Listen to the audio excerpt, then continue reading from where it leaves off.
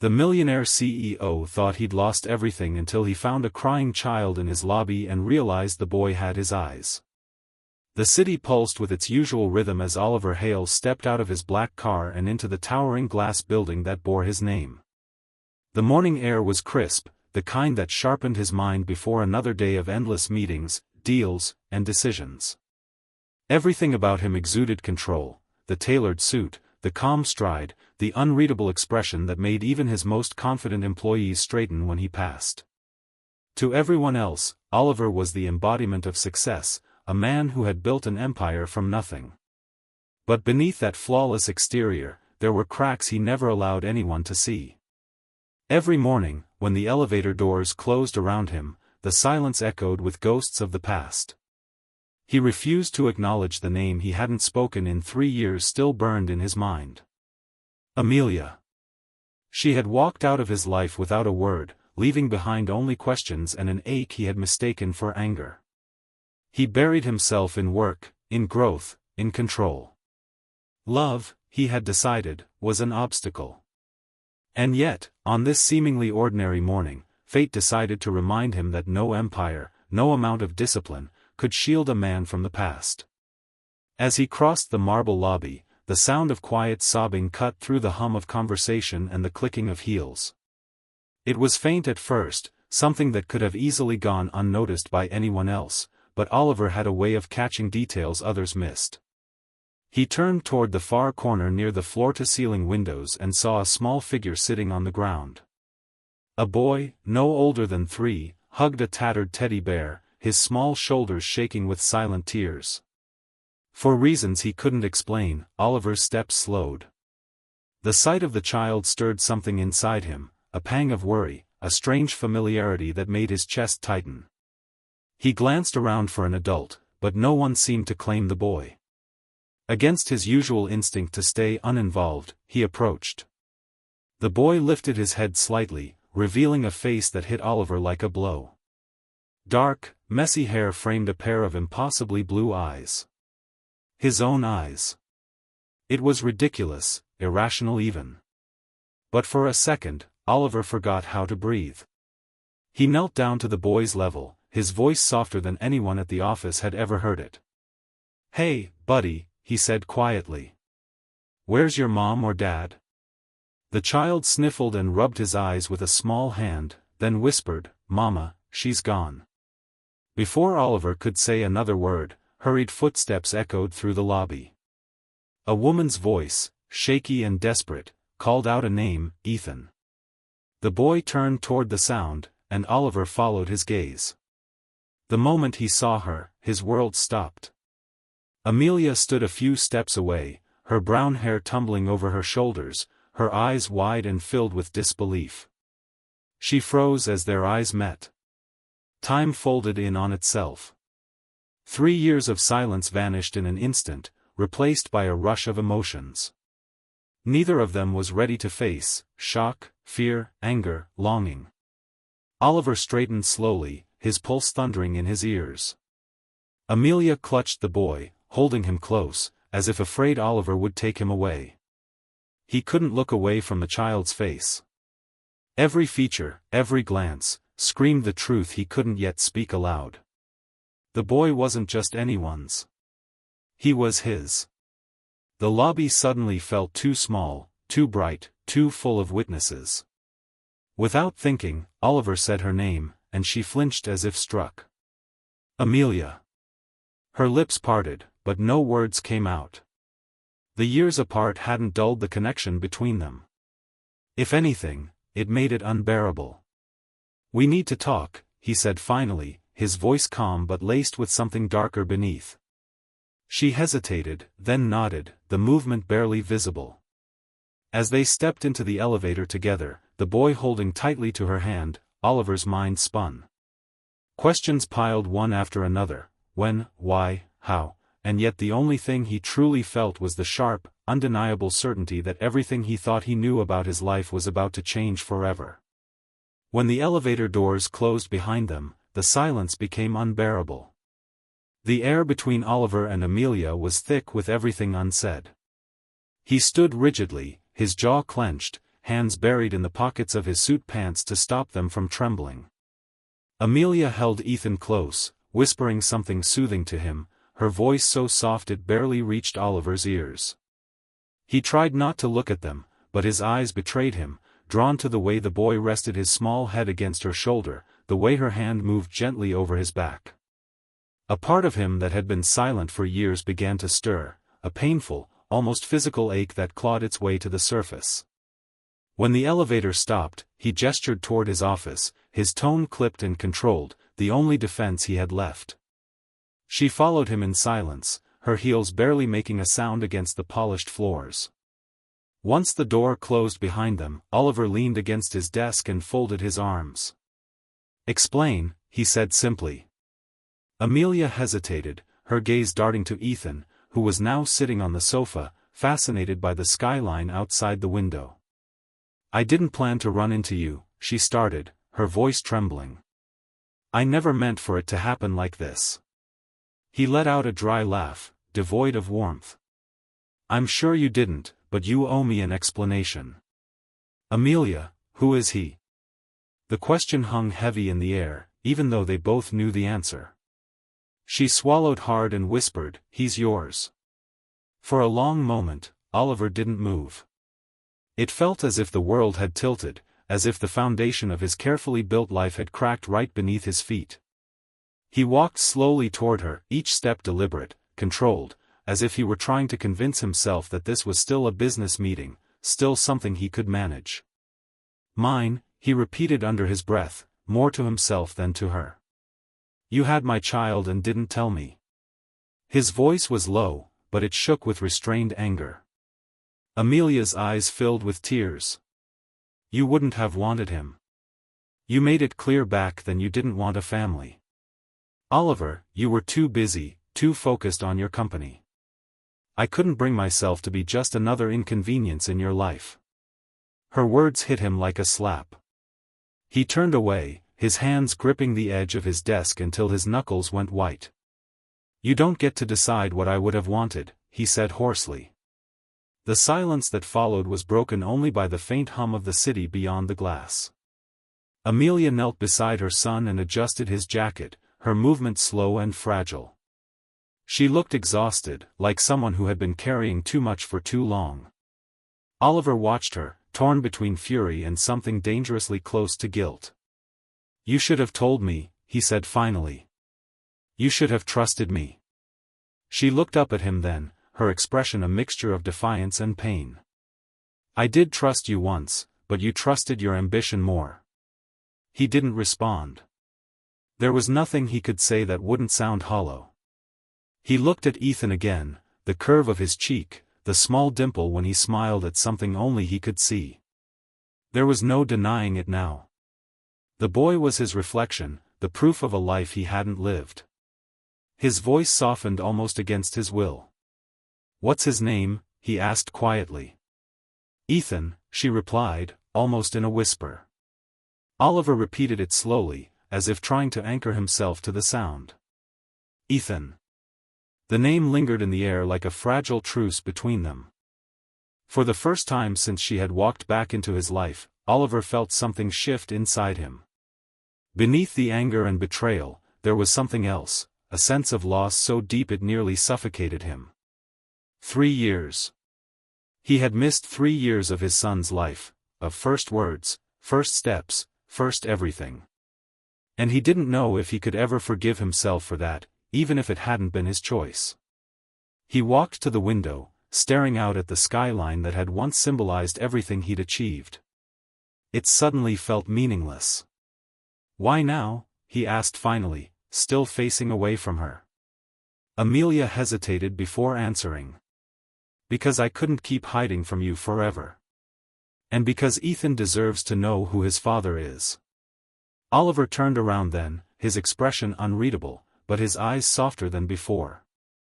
"Then I suppose it's time I start figuring out what being a father means."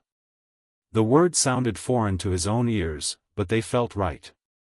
Amelia looked at him for a long time, trying to read the sincerity in his face. For the first time in years, she saw something she hadn't seen before, vulnerability, and maybe, just maybe, a chance for redemption. The following days passed in a strange haze that neither Oliver nor Amelia knew how to navigate. For Oliver, the discovery of his son had cracked open something he had spent years building walls around. His world had always been numbers, deadlines, and negotiations, everything that could be measured and controlled. But now, control felt like an illusion. Every time he closed his eyes, he saw Ethan's face, those same blue eyes staring back at him, innocent and unknowing. He replayed their short conversation over and over, the boy's voice calling his mother, the way he had clutched her hand. He wondered what kind of life they had built without him, what kind of man he would have been if he had known he was a father from the beginning. He tried to bury himself in work, sitting in his office long after everyone else had gone home, but the silence was unbearable. He could still hear Ethan's laughter, faintly echoing from earlier that day when Amelia had brought him by the office to collect something she had forgotten. The sound had filled the room in a way nothing ever had before. Amelia, meanwhile, wrestled with her own storm. She hadn't planned to see him again, not like this, not with their son between them. The moment Ethan had seen Oliver, he had instinctively trusted him, as if something deep in his blood recognized the man before words could explain it. That trust terrified her. She had built her life around protecting Ethan, creating a world where he felt safe and loved without the shadow of Oliver's ambition hovering over them. She remembered all too well the man she had once loved, the man who put his company before everything, who believed emotions were weaknesses to be hidden away. She had loved him deeply, perhaps too deeply, and leaving him had been the hardest thing she'd ever done. But when she found out she was pregnant, she had made a choice, to raise her son in peace rather than risk watching Oliver's world consume him too. Now, seeing him again, she wasn't sure if she had made the right choice or the biggest mistake of her life. On the third day, Oliver asked to see them outside the office.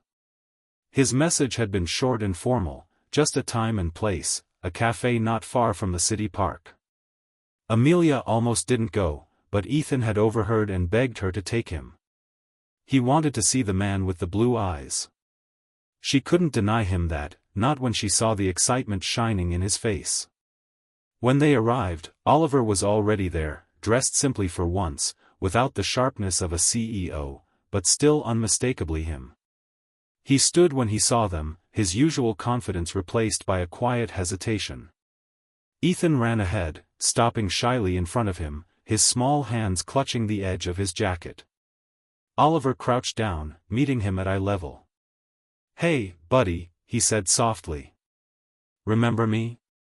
The boy nodded, his eyes bright. "You're the man from Mama's work."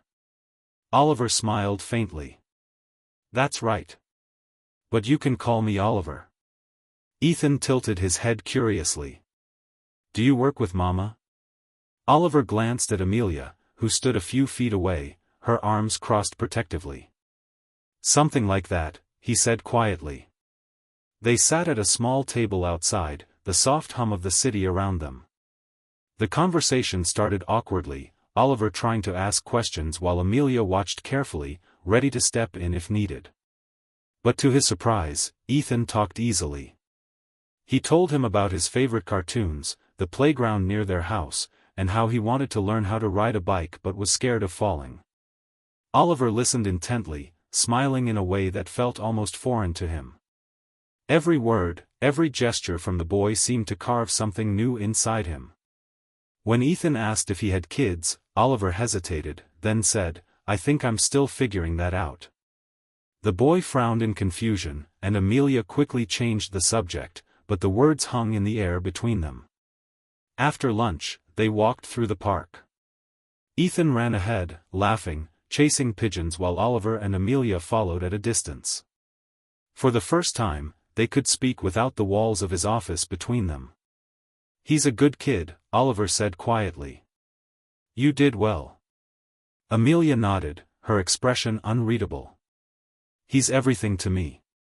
He looked at her, then really looked, and saw how much she had changed. The spark he remembered was still there, but it was layered now with something stronger, resilience, independence. "I don't know what to say," he admitted. I want to be part of his life. Amelia, I missed so much already, and I can't change that, but I want to try. She stopped walking, her hands tightening around the strap of her bag. And what happens when your work gets in the way again? When the next big deal or the next crisis shows up? You'll choose your company like you always did. His jaw tightened. Maybe I did then, he said, but things are different now. The sincerity in his voice caught her off guard. For a long moment, she didn't answer, her eyes following Ethan as he bent down to pick up a small flower. You can't just walk back in and fix everything, she said finally. It's not that simple. I know, Oliver replied, his voice low but steady. But I'm not walking away again. There was something in his tone that made her believe, against her better judgment, that maybe he meant it.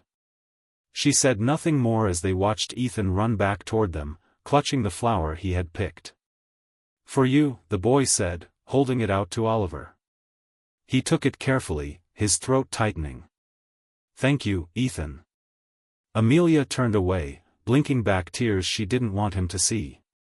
For the first time in years, Oliver felt something that had nothing to do with power or success. It was fragile and terrifying, hope.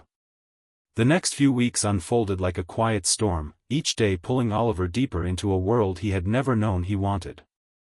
Every morning, he found himself waking up earlier, his mind no longer consumed by numbers and meetings, but by thoughts of a little boy's laughter and a woman's voice that still haunted his dreams. He started finding excuses to leave the office early, something his assistant noticed immediately but dared not question. Sometimes he would drive past the park near Amelia's apartment just to see if Ethan was playing there. More often than not, he was, chasing pigeons or running with other children, his hair glinting in the sunlight. Oliver would watch from a distance, afraid that if he got too close, he'd shatter the fragile balance that was starting to form between them. But one afternoon, when Ethan spotted him and called out his name, all hesitation disappeared. The boy's small hand slipped into his without fear, and for the first time, Oliver felt what it meant to be needed, not as a CEO, but as a father. Amelia, however, struggled to let her guard down. She had seen Oliver's world before, the late nights, the broken promises, the way business always came first. Part of her still loved him, though she wished she didn't. Watching him with Ethan tore something open inside her, something she had locked away for years. He was good with their son, patient in ways she hadn't expected, gentle in ways she didn't remember. But every time he smiled, she could still see the man who once told her that family was a distraction. It wasn't easy to forget how it had felt to pack her things and leave his apartment, heartbroken and alone, carrying a secret she had no idea how to handle. Now, seeing him again, she wanted to believe he had changed. But belief came with risk, and she had spent too long surviving without him to risk everything again. One evening, Oliver called her. His voice was calm but uncertain, a rare crack in his usual confidence. Amelia, he said, I'd like to take you and Ethan to dinner, somewhere quiet. She hesitated, then agreed, partly for Ethan's sake, partly because some small, dangerous part of her wanted to see what would happen if she said yes. When they arrived at the restaurant, Oliver was already waiting, dressed simply but with the same elegance that had once drawn her to him. Ethan ran to him instantly, throwing his arms around his legs, and Oliver's face softened in a way that made Amelia's heart ache. Over dinner, conversation flowed more easily than she expected. They talked about Ethan's favorite stories, about how he wanted to be a firefighter one day, about the little things that made him laugh. Oliver listened with a kind of quiet wonder, realizing how much he had missed. But beneath the laughter, tension simmered, the unspoken past pressing at the edges of every smile. When Ethan fell asleep halfway through dessert, his small head resting on his mother's shoulder, Oliver's tone changed. I've been thinking, he said quietly. About what comes next. About us? Amelia looked at him wearily. There is no us, Oliver. There's you and there's Ethan. That's all. He shook his head slightly. You can say that, but we both know it's not true. We're connected whether we like it or not. I can't undo the past, but I want to be part of the future, his, and maybe yours too. The words were dangerous, full of a tenderness she didn't trust. Don't say things you don't mean, she whispered. You're not the kind of man who stays. His eyes met hers across the table, blue and unflinching. Maybe I wasn't, but I'm trying to be. She looked away, afraid of the emotions rising in her chest. People don't just change overnight. He leaned forward slightly. Then let me prove it to you. The next day, Oliver kept his word. He began to rearrange his life in ways that shocked even his closest employees. Meetings were rescheduled, weekends were freed, and for the first time in years, he stopped answering his phone after hours. Instead, he spent that time with Ethan, building towers from blocks, reading bedtime stories, learning how to make pancakes and failing miserably the first few times. Each moment felt like a redemption, a chance to rewrite the mistakes that had defined him. One evening, after Ethan had gone to bed, Oliver lingered in the living room, watching Amelia tidy up. There was something peaceful about the scene, something that made him ache with longing. You were always good at making chaos feel like home, he said softly. She froze for a moment, then gave a faint smile. That's because I had to learn how to live in it. He took a step closer, his voice low. I never stopped thinking about you. She looked up then, her eyes meeting his, full of both pain and recognition. You don't get to say that now, she said, her voice breaking slightly. Not after everything. I know, he said, his expression raw, but I'm saying it anyway. The silence stretched between them, heavy and fragile. For a moment, it felt as though time had rewound, and they were standing in the same space where everything had begun and everything had broken. Amelia turned away, pretending to fix something on the counter, but her hands trembled. Oliver wanted to reach out, to touch her shoulder, to tell her that he was sorry for every night she'd cried alone, for every moment she had doubted her worth because of him. But he didn't. Instead, he whispered, I'll wait, Amelia. As long as it takes. When she finally turned back, her eyes were wet but steady. You can't fix the past, Oliver, she said quietly. But maybe you can stop it from happening again. That night, long after he left, she stood by the window and watched the city lights shimmer in the distance. For the first time in years, she allowed herself to imagine a world where forgiveness didn't feel impossible. And somewhere across the city, Oliver lay awake, clutching a small drawing Ethan had given him, a stick-figure family of 3 smiling under a sun that seemed far too bright for the darkness that still lingered between them. Autumn crept into the city with a slow golden quiet, and with it came an unfamiliar rhythm in Oliver's life. He began to look forward to moments that had nothing to do with power or profit. Morning walks to the park with Ethan, quiet evenings spent on Amelia's porch when she allowed him to visit, small things that once would have seemed insignificant but now felt like the most important parts of his day. It was strange how easily a man could be brought to his knees by something so pure. He used to measure success by the rise of his company's stocks or the size of a deal closed. Now he measured it by the sound of Ethan's laughter and the rare smile that crossed Amelia's face when she forgot to be guarded. And yet, even in the warmth of this fragile peace, there was tension, a quiet fear in Amelia's eyes every time he came too close, a hesitation in Oliver's heart each time he wanted to tell her how much he still loved her. One Saturday afternoon, Amelia invited him to join them at a small fair by the river. It was her way of testing him, though she wouldn't admit it, to see if he could exist in her world without trying to control it. The fair was noisy and bright, filled with families, children, and the smell of popcorn and cotton candy. Ethan ran from one booth to another, his joy boundless, his hand occasionally reaching for Oliver's as if it were the most natural thing in the world. Oliver bought him a small blue balloon and watched as it reflected the sunlight, the color matching his son's eyes perfectly. Amelia walked beside them, quiet but not tense, her hair catching the wind, the corners of her lips softening. For the first time, it felt almost like they were a family. Then, without warning, the past intruded. As they turned a corner, Oliver saw someone he hadn't expected, Daniel Reed, his business partner and one of the few people who knew how deeply Amelia's leaving had affected him years ago. Daniel's sharp eyes flicked between the three of them, taking in the picture they made, the child, the woman, and the man who had once sworn never to let emotion interfere with ambition. "Oliver," Daniel said with a thin smile. "I didn't know you had company today." His tone was polite, but there was an edge to it. Oliver felt Amelia stiffen beside him. "Just spending the day with friends," he replied evenly, his voice betraying nothing.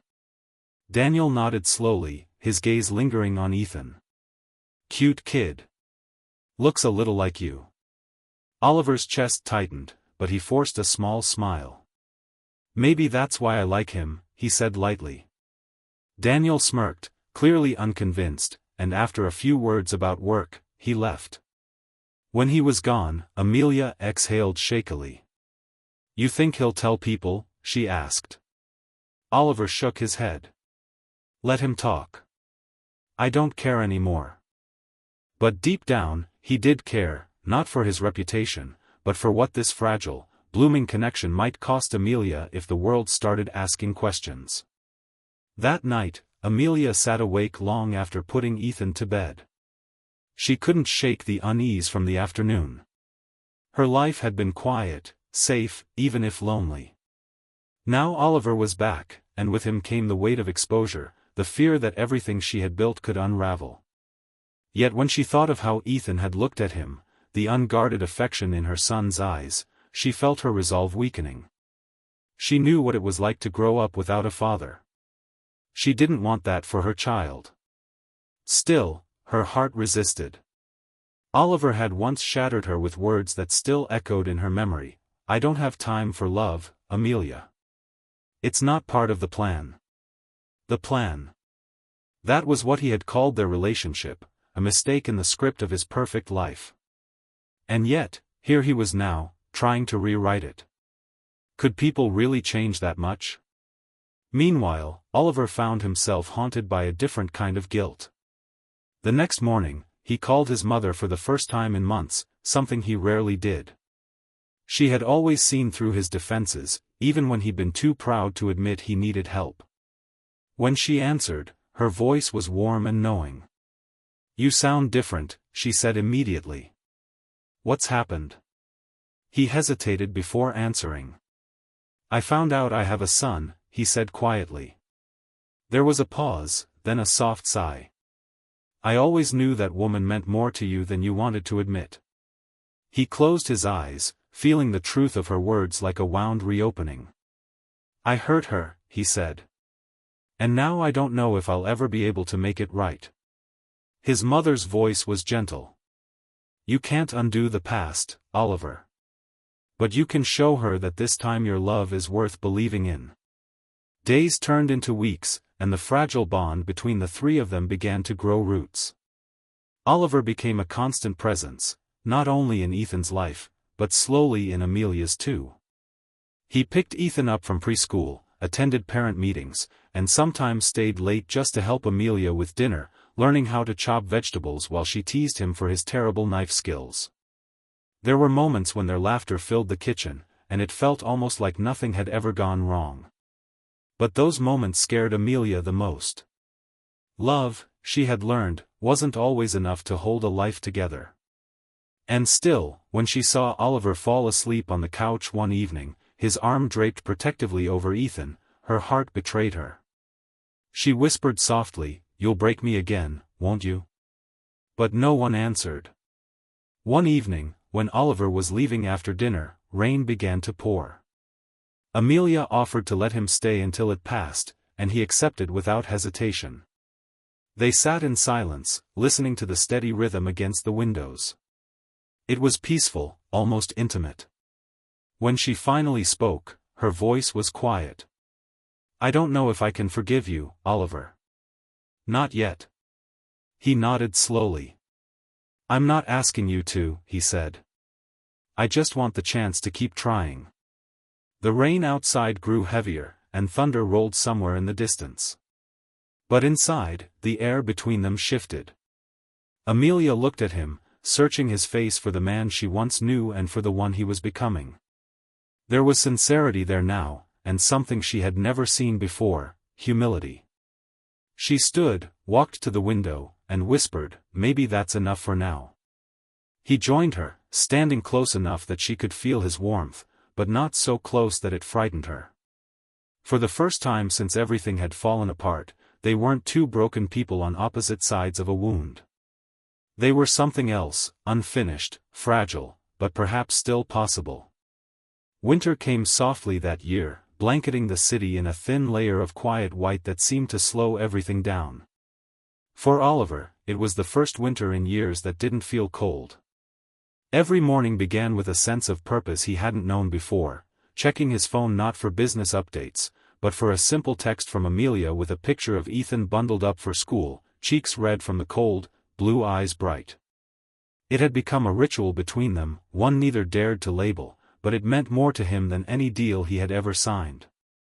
When he could, Oliver would drive across town to join them for breakfast, slipping into Amelia's small kitchen with a shy smile and a bag of pastries. Ethan would run to him instantly, talking about his dreams or the snowman he wanted to build, while Amelia stood by the stove, pretending not to notice how the sight of Oliver there made the room feel too small and too alive at the same time. Their closeness grew slowly, like frost forming on glass, delicate, almost invisible, but spreading quietly until it was everywhere. Oliver had started showing up at Ethan's preschool events, sitting in the back, keeping his distance so as not to confuse anyone, but always there. Amelia noticed how her son's face lit up when he spotted him in the crowd, and part of her heart began to thaw. Despite her fear, she told herself she was letting Oliver be around for Ethan's sake. But deep down, she knew she was no longer protecting just her son. She was protecting herself from the way her feelings for Oliver were coming back stronger than before. One night, when Ethan was asleep and Oliver had stayed late to fix a broken cabinet door, they ended up sitting together on the floor of the living room, surrounded by tools and laughter. The air between them felt charged, like something was waiting to happen, but both were afraid to cross that fragile line. Amelia finally broke the silence, her voice quiet. "You're good with him," she said, meaning it more than she wanted to admit. Oliver looked up from where he sat, his fingers brushing against the wooden frame. "I wish I'd been there from the start," he said softly. "There's so much I've missed." She sighed, tucking her hair behind her ear. "You can't change the past, Oliver." "No," he said, his gaze steady on her face. "But maybe I can make the future better." Their eyes met for a moment too long, and she looked away first, standing quickly to avoid the warmth rising in her chest. "Don't say things you don't mean," she murmured.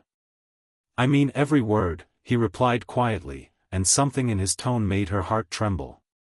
In the following days, their unspoken connection grew heavier. The city's annual holiday gala was approaching, a grand event that Oliver's company hosted every year, and to his surprise, Amelia was invited. One of his colleagues had sent her an invitation by accident, assuming she was part of the new corporate charity program. Oliver wanted to apologize, to tell her she didn't have to come, but when she showed up that evening, he was glad she had. She arrived in a simple black dress, her hair falling in loose waves, her eyes bright but cautious. When she entered the ballroom, conversation seemed to slow. Oliver was across the room talking to investors, but the moment he saw her, everything else faded. Their eyes met across the crowd, and for a second it felt as if time had folded in on itself. As the evening went on, whispers began to spread. Some recognized her from before, remembering the woman who had once been close to the CEO but had vanished without explanation. Oliver didn't care. When the music began, he crossed the floor and extended his hand. "Dance with me," he said. Amelia hesitated, glancing around at the watchful eyes, but then she took his hand.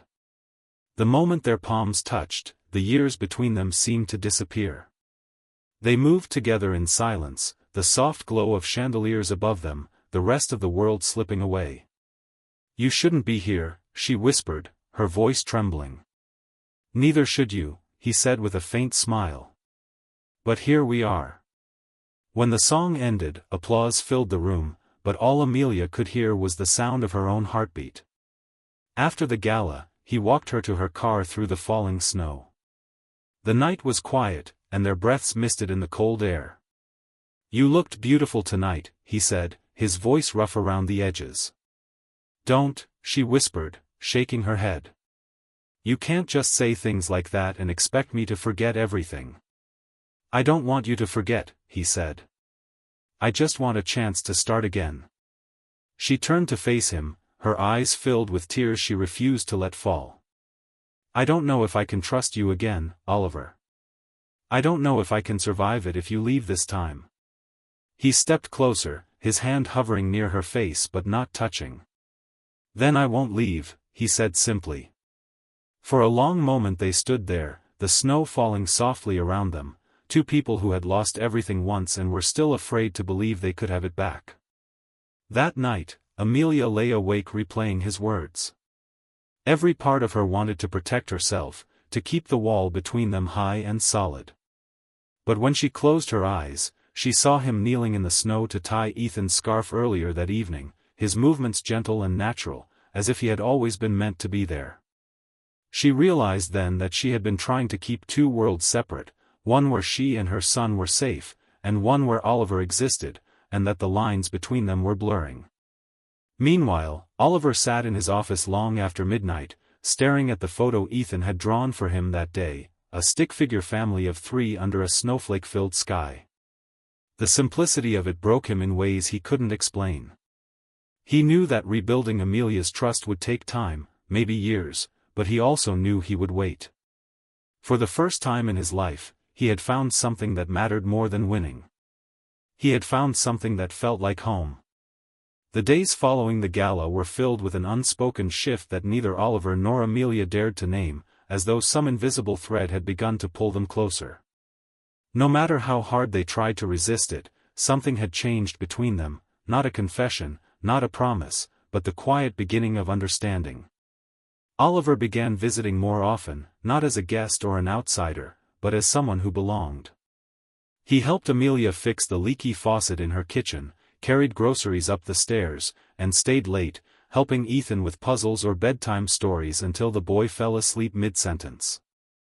Each of these small moments felt to him like fragments of a life he had been denied for years, and now that he had found it, he was terrified of losing it again. He had spent so long running from the idea of family, telling himself it would only make him weak. But every time Ethan reached for his hand or Amelia looked at him with that mixture of confusion and tenderness, he felt something inside him settle into place. Amelia, on the other hand, was torn between the comfort of his presence and the fear that it could all vanish as easily as before. She had rebuilt her life around the idea of never depending on anyone, and now Oliver was gently dismantling the walls she had fought so hard to keep standing. Some nights after he left, she would stand by the window, watching the snow swirl under the streetlights, and think about how his laughter filled the apartment, how easily Ethan had accepted him, how natural it felt to have him around. But then she would remember the look in his eyes the night he had told her he didn't have time for love, and the memory would cut deep enough to make her retreat again. Still, something inside her was shifting. She could see the change in him, how his eyes softened when he looked at their son, how he no longer checked his phone every minute, how he seemed genuinely content to sit on the floor building toy cities with Ethan instead of sitting in a boardroom. One Saturday morning, they went ice skating together. Amelia had hesitated at first, saying it would be too crowded, but Ethan's excitement had convinced her. The rink was filled with laughter and the sound of scraping blades, and the air smelled of cocoa and pine. Oliver had never been graceful on the ice, but he tried anyway, clinging to Ethan's mittened hand as the little boy pulled him forward, giggling. Amelia stood by the edge, watching them. And for a few moments, she forgot everything, the pain, the distance, the years of separation. When Oliver finally managed to skate over to her, slightly out of breath but grinning, he held out his hand. "Come on," he said. And for once, she didn't say no. They moved carefully at first, her fingers gripping his arm, both laughing as they stumbled together. But then something changed. Their laughter softened into quiet smiles. Their movements began to find rhythm. And for the first time since their world had broken apart, it felt whole again. That evening, after putting Ethan to bed, Amelia sat by the fireplace while Oliver lingered nearby, his jacket draped over the chair. They didn't speak for a long time.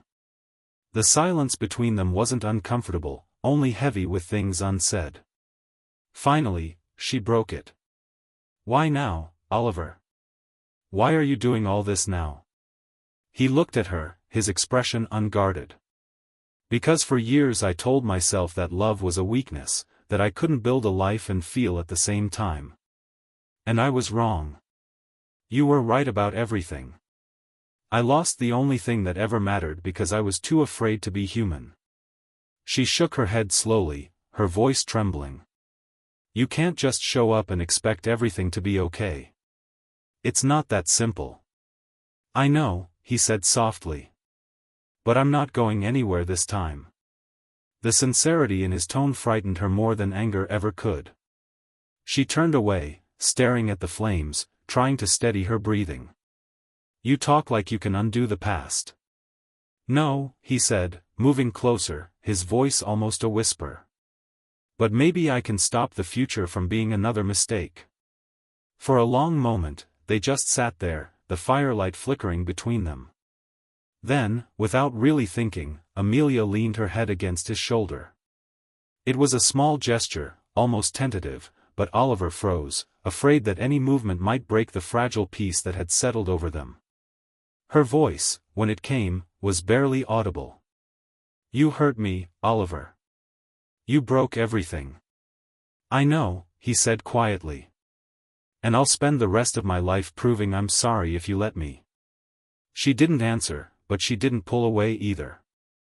Outside, the wind howled softly against the window, and for the first time in years, she allowed herself to believe that maybe forgiveness wasn't impossible after all. Over the next few weeks, something resembling normalcy began to take shape. They fell into a rhythm. Oliver would visit in the evenings, help with dinner, read to Ethan, and sometimes stay late talking with Amelia after the boy was asleep. It was fragile but real, a quiet rebuilding of something that had once been destroyed. One night when Ethan asked if his dad would come to his school play, Amelia hesitated before answering, but Oliver spoke first. "I wouldn't miss it for the world," he said, and he meant it. The look on Ethan's face made Amelia's throat tighten. When the night of the play came, Oliver sat in the front row, his heart pounding as if it were his first major presentation all over again. When Ethan spotted him in the crowd, he waved so hard he nearly knocked over the other kids on stage. Amelia, sitting beside Oliver, couldn't stop smiling. It was the first time they had sat side by side in public in years. And though people whispered, she didn't care. After the play, as they walked out into the cold night, Ethan held both their hands, swinging them back and forth, humming a tune from his performance. Oliver looked down at him and then at Amelia. And in that moment, something inside him settled completely. He realized he didn't need grand gestures or redemption written in stone. He just needed to keep showing up, to keep being there. That was enough. That was everything. As they reached the car, Amelia turned to him and said softly, "He's happier now. You make him happier." Oliver smiled faintly. "He makes me better."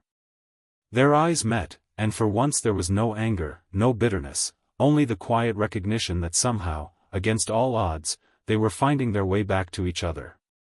And as the snow began to fall again, covering the city in white, it felt like the world was offering them a second chance, one that neither of them would dare to waste.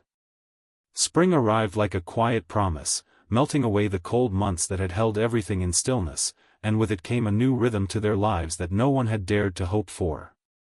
Oliver had stopped thinking of his visits as temporary or conditional.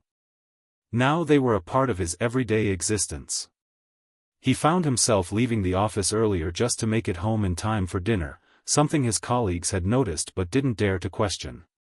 The man who had once measured his worth in profit margins and boardroom victories was now proudest of the evening spent at a small kitchen table listening to Ethan talk about his drawings or Amelia laugh at some small ordinary thing. It was strange how quickly life could change when you let it. The house no longer felt like two separate worlds stitched awkwardly together. It was beginning to feel whole. There were still unspoken things between Oliver and Amelia, but now those silences felt less like distance and more like quiet understanding, as though words were no longer always necessary. One Saturday morning, sunlight poured through the windows, turning the living room into a warm haze of gold. Amelia was making pancakes while Ethan sat at the table, humming to himself, his hair sticking up in every direction. Oliver stood beside her, sleeves rolled up, flipping a pancake with more confidence than skill, and she couldn't help but smile. "You're getting better," she teased. He grinned, looking at the slightly uneven stack. "Better is generous," he said. "But I'm learning from the best." There was an ease in their banter that hadn't existed before, a sense of comfort that came from time and effort and the slow rebuilding of trust. When Ethan ran outside afterward to chase the dog across the lawn, Amelia leaned against the counter, watching him through the window. "He's so happy now," she said quietly. Oliver nodded, his voice low. "Because he has both of us." She turned to look at him, the weight of those words settling between them, and for once she didn't look away. "Do you ever think about what it could have been if things had gone differently?" she asked. He hesitated before answering. "Every day," he admitted. "But then I realized maybe it had to happen this way so I could finally become the man you and he deserve." As the weeks went by, they began to move like a family without realizing it. They went grocery shopping together, attended Ethan's school events, and even took a small weekend trip to the countryside.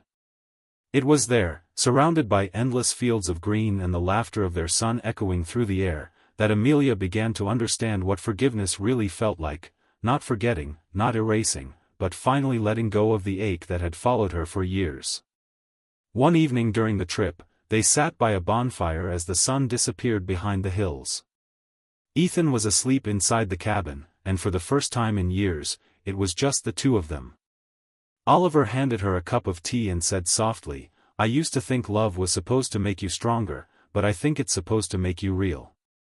She smiled faintly, eyes reflecting the firelight. "You were always real, Oliver. You just didn't believe it." He reached out, brushing his thumb lightly over her hand. "And you were always braver than me." There was no grand declaration, no sweeping confession, just the quiet truth that they had both found their way back through the wreckage. When they returned home, the world seemed to fall naturally into place. Oliver began spending more nights at their house until eventually, without any discussion, his things appeared in the closet, his toothbrush beside hers. It wasn't a dramatic reunion. It was something gentler, something that grew like roots under the surface, steady and alive. Ethan started calling him Dad one evening without hesitation, and the sound of it nearly broke Oliver. He had faced boardrooms filled with the most powerful men in the world without flinching. But that single word left him speechless, eyes burning with tears he didn't try to hide. Amelia had seen it too. And in that moment, she realized that whatever walls she had left were already gone. But life, as always, tested them. One afternoon, while Oliver was at work, an unexpected call came in. A journalist had gotten hold of a photo of him and Amelia together with Ethan, a headline forming around the story of the reclusive CEO's hidden family. Panic surged through her. She had worked so hard to keep their private life away from the world that had once destroyed her peace. When Oliver came home, she confronted him before he could even set down his briefcase. "You promised me privacy," she said, her voice shaking. He stepped closer, his expression calm but firm. "I didn't leak it, Amelia. But if it's out there, then we'll face it together." She stared at him, torn between fear and the part of her that wanted to believe him. "You don't understand," she said. "Your world ruins everything it touches." He reached for her hand, but she pulled back. That's what I used to believe, he said quietly. But maybe this time, we can prove them wrong. For the next few days, they braced themselves for the storm that never truly came. The story faded quickly, swallowed by the next scandal, and Amelia realized that the world no longer had the power to break her the way it once had. What mattered was here, the laughter at breakfast, the quiet at night, the small moments that no headline could take away. One evening, she found Oliver sitting on the porch, Ethan asleep inside. She joined him, the air warm and soft around them, the stars above faint but endless. He turned to her, his voice low. You know, I used to think the best thing I ever did was build my company. Now I know it's standing here with you. She smiled, her hand finding his. You didn't build this alone, she said. We built it together. When dawn came the next morning, light spilled through the windows and filled the house with a golden calm. Ethan ran in laughing, jumping onto the bed between them, his small arms wrapping around both their necks. Family hug, he shouted, his laughter pure and unstoppable. Amelia and Oliver looked at each other over his head, their hands meeting in the space between. In that moment, everything that had once been broken felt whole again, not perfect, not easy, but real. And maybe that was what love was supposed to be, not the absence of pain, but the courage to keep choosing each other after everything. As the sun rose higher and the day began, Oliver whispered softly, almost to himself, I'm home. And this time, Amelia didn't need to say anything at all, because they both knew he truly was.